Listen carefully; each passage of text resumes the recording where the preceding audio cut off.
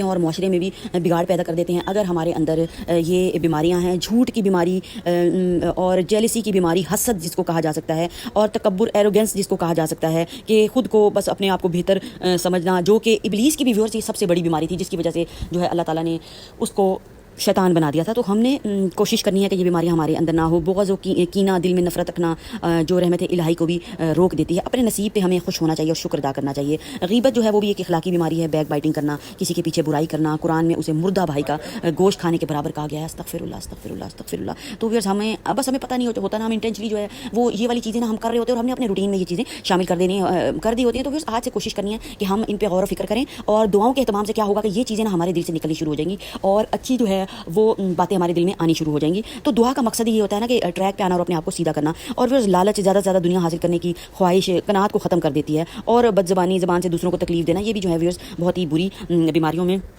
آ جاتے ہیں. تو پھر کوشش کرنے سے نا اللہ تعالیٰ نے انسان کو نا اشرف اخلوقات کہنے لگی تھی، مخلوقات بنایا ہے. تو کیا ہے نا کہ ہم لوگ نا اگر چاہیں نا تو اللہ تعالیٰ نے دل، دماغ، ضمیر اور ہمیں یہ چیزیں اسی لیے دی ہے، کامن سینس، کہ ہم لوگ ان پر چلتے ہوئے نا اپنی لائف کو جو ہے وہ جناب ٹریک پہ رکھیں. تو ہم نا کوشش کر کے سب کچھ کر سکتے ہیں. تو آج سے ویورز کوشش کرنی ہے. تو انشاءاللہ تعالیٰ ویڈیو بہت ہی خاص الخاص اور آپ کو پسند آئے گی. چینل کو سبسکرائب، لائک اور شیئر کر دیں. اور جناب زیادہ سے زیادہ شیئر کریں اور لائک کریں، تو بہت زیادہ سب کا بھی فائدہ ہوگا. جب سب کا فائدہ ہوگا تو اللہ